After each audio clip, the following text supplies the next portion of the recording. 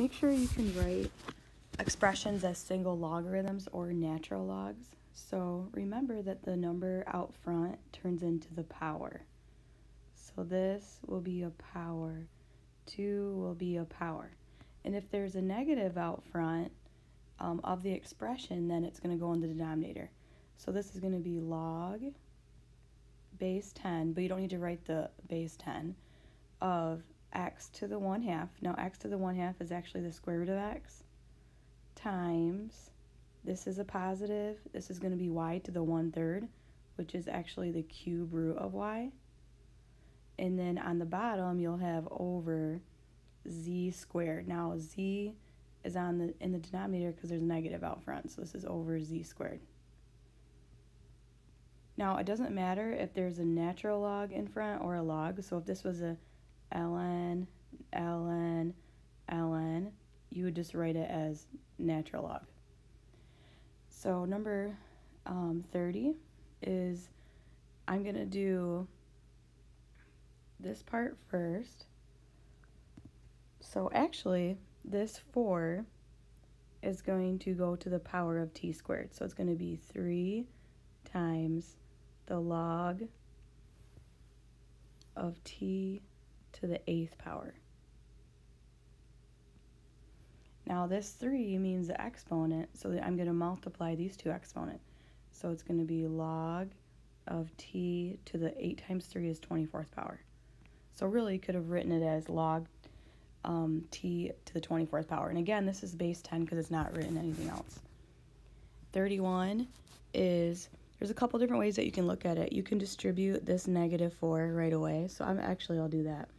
So it's log base 5 of y minus 4 log base 5 of r minus, running out of room, 8 log base 5 of t. So with these negatives right here, it means that this is going to go in the denominator and be the power. So it's going to be log subscript 5 of r to the 4th, because this is the power. Actually, oops, that's supposed to be on the bottom, so I'm going to erase this because I missed the first part of it. Okay, so it's going to be y in the numerator. So y is going to go in the numerator over r to the 4th, and then t to the 8th is also going to be on the bottom because they have negatives out front. Second thing that you could have looked at it is you could have put all of this in the denominator because there's subtracting this whole quantity, which would be the same thing. Okay, now second part, make sure you can expand a log or a natural log. So expand it means you need to get rid of this power right here. So if I'm looking at it, I have two expressions that are being multiplied. So this is going to be log 7 plus log of 3x minus 2 squared. So I don't want to leave a power if I'm expanding it. So it's going to be log 7 plus 2 log 3x minus 2. And I cannot separate that any further because this is together with this logarithm. I can't write it as log 3x minus log 2. You can't distribute with the logs. Okay, number 36. I think this one was in our notes. I remember this one long. This whole thing has the 1/2 power. So it's going to be 1/2 log 2 plus 1/2 log r plus 1/2 log s plus 1/2 log t. Now all of these are positive because these are on the numerator. Now I'm going to subtract 1/2 log 5 minus 1/2 log w. And then 37 is, this is in the numerator and it's being multiplied, so it's going to be log 5 plus log x minus log 4 minus log y. So that's section 8.4. 8.4 is combining and expanding logarithms. 8.5 is solving with logarithms and using the change of base formula. So the change of base formula is if you have log base a of b, you can calculate this by doing log b divided by log a. So the base of the log is in the denominator. So I'm going to put in my calculator for this one log 4 divided by log 3. And to nearest hundredth, that's 2 decimals, I get approximately 1.26. So make sure you know how to change a base formula. Solve to nearest hundredth.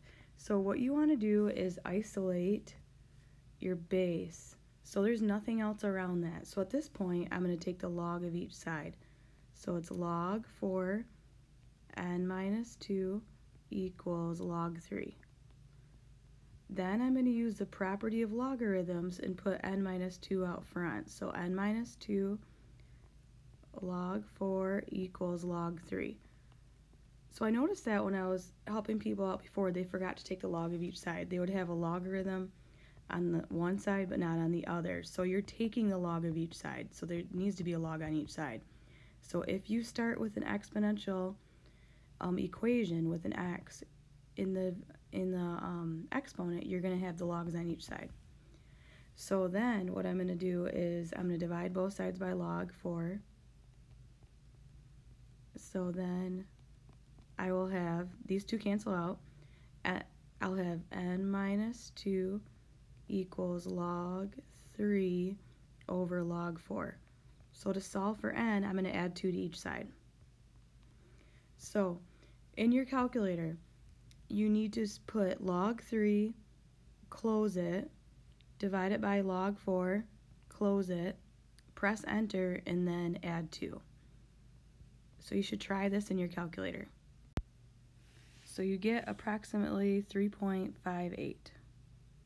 So try that in your calculator. Okay, the second one is you have the base of the exponent isolated. So I'm going to take the log of each side. So it's going to be log 4 to the 3n equals log 5. Then 3n goes out front. So it's going to be 3n times log 4 equals log 5.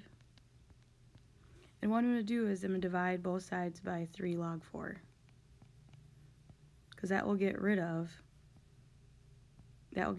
everything on the left hand side besides the n.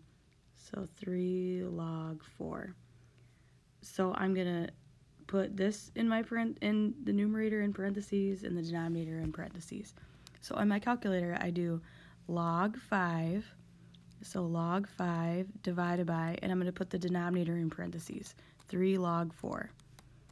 So I get approximately, n is approximately 3.39. And then 17, I have the base of the exponent isolated. So what I mean by that is there's not like a plus 2 or times anything I need to get rid of. So I can take the log of each side. Now doing that, I'm already going to use the properties of logs and put my power out front. So it's going to be log 15 equals log 245. So divide both sides by log 15. So I'm going to get 2n minus 3 equals this.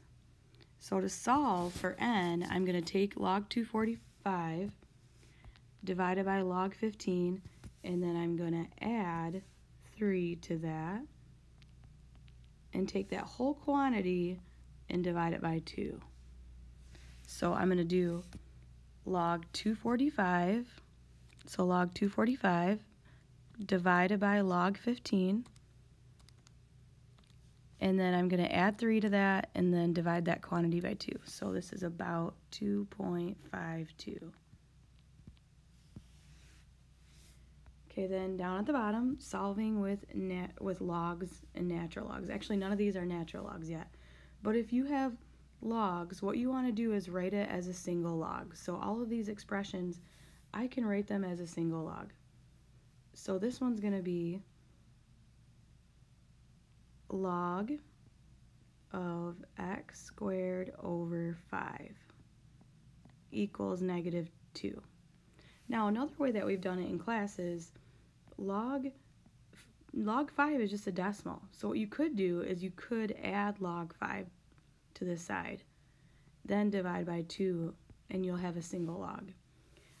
So right now, I wrote it as a single log. This is base 10, so I'm going to write it as an exponential equation. So it's going to be 10 to the -2 equals x squared over 5. 10 to the -2 is just 1 over 100 equals x squared over 5. So I'm going to multiply both sides by 5.